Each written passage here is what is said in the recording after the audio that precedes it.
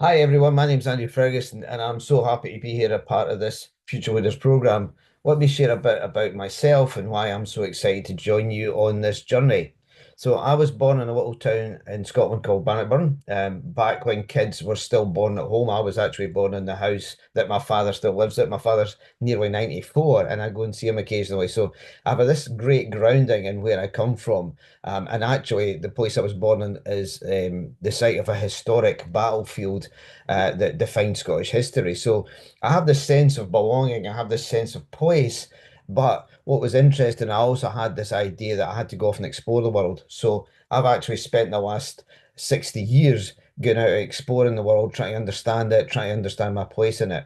So, and in that case, I've actually lived in France, in England, in Greece, and worked in different places like India and East Africa, places like Uganda and Kenya.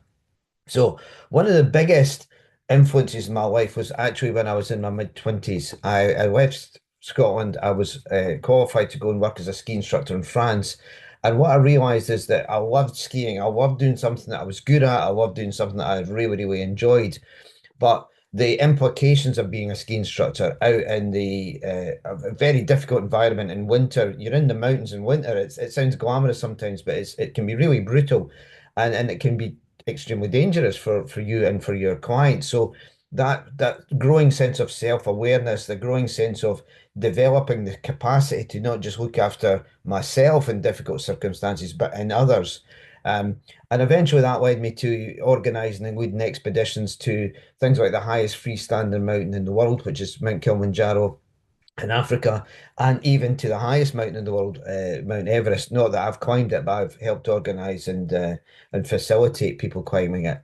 So what after I got a lot of that out of my system, I became a corporate trainer. I worked to train people in their personal and professional development, management and leadership development.